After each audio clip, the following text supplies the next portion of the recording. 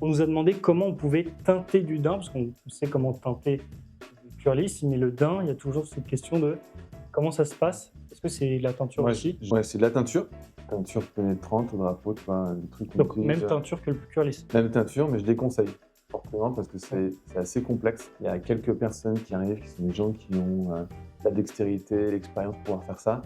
Et la plupart du temps, on obtient un daim qui est tout moche, on a perdu le côté peau de pêche, tu Ouais. vois, il est un peu comme encrassé, si tu veux par là. Ouais. Et en plus, le daim réagit de manière différente en fonction de la surface avec la teinture. Donc, à la fin, on a quelque chose qui est assez moche visuellement et qui au toucher n'est pas agréable. Est-ce qu'à l'application, ça fait un peu comme une éponge et ça Ouais. bave par rapport au cuir lisse?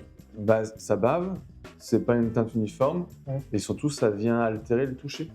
Tu vois, Ok. la texture du Ah daim. oui, t'as plus l'aller-retour avec la Non. différente couleur. Pour le daim, si vous voulez vraiment modifier la couleur, il faut utiliser plutôt des rénovateurs en bombe. Oui.